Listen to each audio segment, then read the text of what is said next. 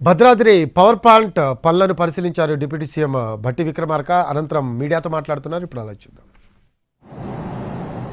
గత 10 ఏళ్ల పాటు టీఆర్ఎస్ పార్టీ సంబంధించినటువంటి నాయకత్వం చేతిలో పెడితే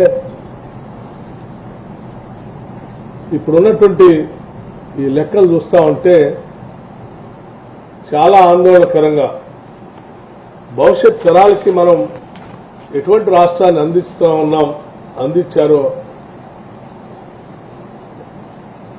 చాలా ఆశ్చర్యకరంగా ఆందోళనకరంగా ఉన్నటువంటి ఈ లెక్కలు తప్పనిసరిగా మీ అందరికీ రాష్ట్రానికి కూడా తెలియాలని నేను అనుకుంటున్నాను. రాష్ట్ర ప్రభుత్వం పవర్ సెక్టార్ సంబంధించి డిస్కమ్స్ కానీ ట్రాన్స్కో కానీ జెన్కోలకు సంబంధించి 81,516 కోట్ల రూపాయలు అప్పులుగా తీసుకొని వచ్చింది. 81,516 కోట్ల రూపాయలు ఈ గత 10 ఏళ్లలో అప్పులుగా తీసుకొని వచ్చింది. అట్లాగే గవర్నమెంట్ నుంచి డిస్కమ్స్ కి అంటే వీళ్ళు గవర్నమెంట్ ద్వారా ఈ డిస్ట్రిబ్యూటరీ నెట్వర్క్ కి కట్టాల్సినటువంటి బకాయిలు 28,842 కోట్ల రూపాయలు ఉన్నాయి. అంటే మొత్తం 1,10,358 కోట్ల రూపాయలు ఈరోజు రాష్ట్ర ప్రభుత్వం ద్వారా మనం అప్పుపడి ఉన్నాం. ఎంత అంటే మేము వస్తేనే కరెంట్ ఉంది, మేము ఉంటేనే కరెంటు వెలుగులు నిండుతుంది, 24 గంటలు కరెంట్ ఇచ్చినాం, మాతోనే కరెంటు అని చెప్పినటువంటి వీళ్ళ లెక్కలు రాబోయే కొన్ని తరాలు కూడా తాకట్టు పెట్టేశారు. ఈ విద్యుత్తును కొనటానికి పవర్ పర్చేజ్ చేయటం కోసం 30,406 కోట్ల రూపాయలు ఈ పవర్ పర్చేజ్ కోసం 30,406 కోట్ల రూపాయలు వెచ్చించారు. అట్లాగే సింగరేణి నుంచి పవర్ పర్చేజ్ వాళ్ళకున్న బకాయిలు, సింగరేణి కట్టాల్సిన పవర్ పర్చేజ్ బకాయి 19,431 కోట్ల రూపాయలు. అట్లాగే జెన్కోకి పవర్ పర్చేజ్ కింద కట్టాల్సినటువంటి ప్రభుత్వ బకాయి 9,743 కోట్ల రూపాయలు. మొత్తం పవర్ పర్చేజ్ పేరు మీద రాష్ట్ర ప్రభుత్వం కట్టాల్సినటువంటి బకాయి 59,580 కోట్ల రూపాయలు. 59,580 కోట్ల రూపాయలు పవర్ పర్చేజ్ పేరు మీద ఈ రాష్ట్ర ప్రభుత్వం బకాయి పడి ఉన్నటువంటి అప్పు. 2014 నాటి ఒకసారి ఆలోచించి ఆనాటి ప్రభుత్వాలు మొత్తం పవర్ పర్చేజ్ కోసం ఉన్నటువంటిది 7,259 కోట్ల రూపాయలు మాత్రమే. ఈ రాష్ట్ర విభజన జరిగే నాటికి పవర్ పర్చేజ్ పేరు మీద ఉన్నటువంటి బకాయి కేవలం 7,259 రూపాయలు మాత్రమే.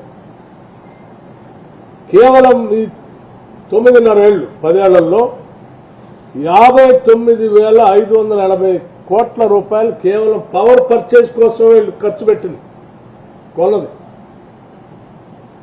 ఇంత పెద్ద మొత్తంలో అప్పు చేసి కరెంటు కొనటానికి ఇంత నేను భద్రాద్రి థర్మల్ పవర్ స్టేషన్ పెడుతున్నా, యాదాద్రి పవర్ స్టేషన్ పెడుతున్నా అని దానికి అప్పు, దానికి ఆ రెండింటి కలిపి 50,000 కోట్లు. అసలు ఏడ చూసినా అంటే అంది వచ్చిన ప్రతి డిపార్ట్మెంట్ని అప్పుల రూపేణా తాకట్టు పెట్టి రాష్ట్రాన్ని సమాజాన్ని అత్యంత భయంకరమైన ఆందోళనకర పరిస్థితుల్లో రాష్ట్ర ప్రభుత్వం గత ప్రభుత్వం నెట్టేసింది. అందుకే వాస్తవ విషయాలన్నీ కూడా మేము మొన్న సాధ్యమైనంత మేరకు శాసనసభలో బయట ప్రజలు చెప్పడం కోసం ప్రయత్నం చేశాం. వైట్ పేపర్, శ్వేతపత్రం రూపేణ. ఈ ఆందోళనకరమైనటువంటి ఇన్ని వేల కోట్ల రూపాయల అప్పులు చూస్తూ ఉంటాం ఒక్కో శాఖకి. ఈ రాష్ట్రాన్ని మళ్లీ తిరిగి ట్రాక్ మీద పెట్టాలంటే చాలా నిబద్ధతతో, ప్రణాళికాబద్ధంగా, ముందు చూపుతో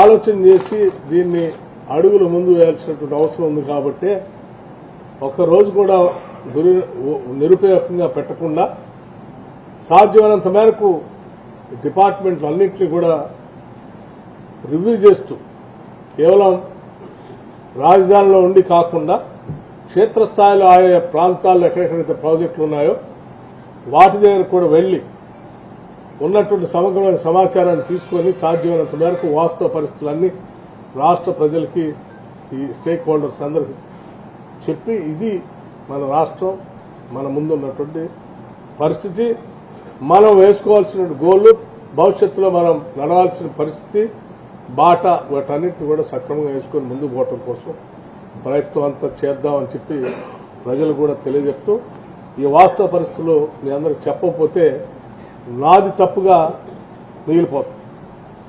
అందుకే నేను సాధ్యమైనంత వరకు ఈ అంకెలు ఇవన్నీ కూడా ఆన్ రికార్డ్ స్టాటిస్టిక్స్ నుంచి తీసుకునే, ఈ గాలి కబుర్లు కాదు, రాజకీయ ఉపన్యాసాలు అంతకంటే కాదు, కేవలం స్టాటిస్టిక్స్ నుంచి ఈ ప్రభుత్వం చెల్లించాల్సిన బకాయిలు, తెచ్చిన అప్పులు, వీటన్నిటిని తీసుకొని మీకు సమగ్రంగా సమాచారం ఇస్తా ఉన్నాం.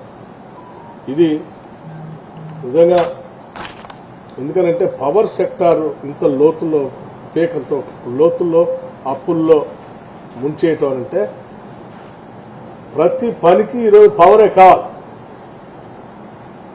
ప్రతి ప్రొడక్షన్కి పవరే కావాలి. మనిషి మనుగడకి మొత్తం రోజువారు ఉదయం లేచింది రాత్రి పడుకునేంత మళ్ళీ నిద్రపోయినప్పుడు కూడా మనకు కావాల్సింది పవర్.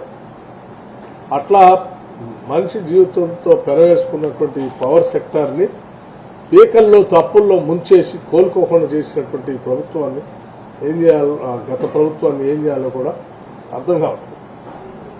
కానీ బాధ్యత కలిగినటువంటి ఈనాటి కాంగ్రెస్ ప్రభుత్వం తప్పనిసరిగా లోతుగా అధ్యయనం చేస్తూ ఆయా వ్యవస్థల్లో పనిచేస్తున్నటువంటి ఉద్యోగ వ్యవస్థలందరికీ కూడా ఒక పాజిటివ్ దృక్పథంతో ఈ ఉన్న సమస్యలన్నింటినీ కూడా అధిగమించి ముందుకు పోతూ ఈ సమాజానికి, ఈ రాష్ట్రానికి కొన్ని లక్ష్యాల కోసం మనం ఈ రాష్ట్రాన్ని తెచ్చుకున్నాం. ఇక్కడ ఉన్నటువంటి సమాజానికి మంచి భవిష్యత్తు ఇవ్వడం కోసం ఈ రాష్ట్రాన్ని కోరి తెచ్చుకున్నాం. ఇక్కడ ఉన్నటువంటి నిరుద్యోగ యువతకి ఉద్యోగ అవకాశాలు కల్పించడానికి రాష్ట్రాన్ని తెచ్చుకున్నాం. ఇక్కడ ఉన్నటువంటి వనరుల్ని ఈ ప్రాంత ప్రజల అభివృద్ధి కోసం వాడుకొని ఒక మంచి రాష్ట్రంగా దీన్ని దేశంలో పోటీపడేట్టుగా తయారు చేసుకోవడం కోసం రాష్ట్రాన్ని తెచ్చుకున్నాం. కాబట్టి ఆ లక్ష్యాలని చేరుకోవటం కోసం మనమందరం ఆయన కలిసికట్టుగా ఉద్యోగ వ్యవస్థ, అట్లాగే పౌర సమాజం అందరం కలిసి ఆ లక్ష్యాలను చేర్చుకోవటం కోసం అంకితమవుతూ, ఈ రాష్ట్ర, ఈ సమాజ అభివృద్ధి కోసం అంకితమవుతూ ఈ తెచ్చినటువంటి కష్టాలు, గత ప్రభుత్వం ఇచ్చినటువంటి ఇబ్బందులు, అప్పుల్ని వీటన్నింటిని అధిగమిస్తూ ముందు పోవటం కోసం మనందరం ప్రయత్నం చేద్దామని చెప్పి ఈ సందర్భంగా మనవి చేస్తూ, సరే భద్రాద్రి థర్మల్ పవర్ స్టేషన్ మనందరికీ తెలిసిందే, ఇదో పెద్ద సమస్య.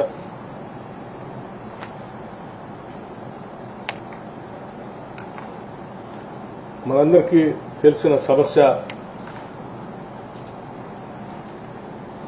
సూపర్ క్రిటికల్ టెక్నాలజీని వాడుకుని సాధ్యమైనంత వరకు రా మెటీరియల్ మ్యాక్సిమం యూటిలైజేషన్ తెచ్చుకోవటం కాకుండా పర్యావరణానికి ఇబ్బంది లేకుండా ఉండేటట్టుగా ప్రపంచవ్యాప్తంగా ఉన్నటువంటి మేధావులు, పాలకులు, అభివృద్ధి చెందిన దేశాలన్నీ కూడా సూపర్ క్రిటికల్ టెక్నాలజీలో పోవాలని చెప్పి స్పష్టమైనటువంటి మార్గాలు నిర్దేశించినప్పటికీ, అలాగే భారతదేశంలో కూడా 2017 కల్లా గతంలో పెట్టినవి ఉంటే కూడా వాటిని కూడా తొలగించుకొని అప్డేట్ చేసుకోవాలని చెప్పి ఆనాటి యూపీఏ ప్రభుత్వం 2017 కల్లా చేస్తామని చెప్పి ప్రకటించినప్పటికి కూడా కొత్తగా పెట్టే దాంట్లో కూడా సబ్ క్రిటికల్ టెక్నాలజీ పెట్టి ఆ లక్ష్యాలకి లేకపోతే ఆ సూచనలకి అఘాతం కలిగించేటట్టుగా పెట్టినటువంటి ఈ సబ్ క్రిటికల్ టెక్నాలజీతో పెట్టిన భద్రాద్రి పవర్ ప్రాజెక్టు డెఫినెట్ గా ఇది భారంగా మారిందని చెప్పడంలో నాకేం అభ్యంతరం లేదు. రా మెటీరియల్ కాస్ట్ ప్రొడక్షన్ పెరుగుతా ఉంది, పర్యావరణానికి ఇబ్బంది పడతా ఉన్నాం. 30 ఏళ్ళు ఈ బాధని భరించాల్సి ఉంటుంది. ఈ లైఫ్ 30 ఏళ్ళు అంటే ప్రతిరోజు, ప్రతి నెల, ప్రతి సంవత్సరం దీని మీద పడేటువంటి ఖర్చు అంతా కూడా రాష్ట్ర ప్రజలు మోయాల్సిన పరిస్థితి వస్తుంది. ఇటువంటి క్లిష్టమైనటువంటి పరిస్థితులను కూడా అధిగమించడం కోసం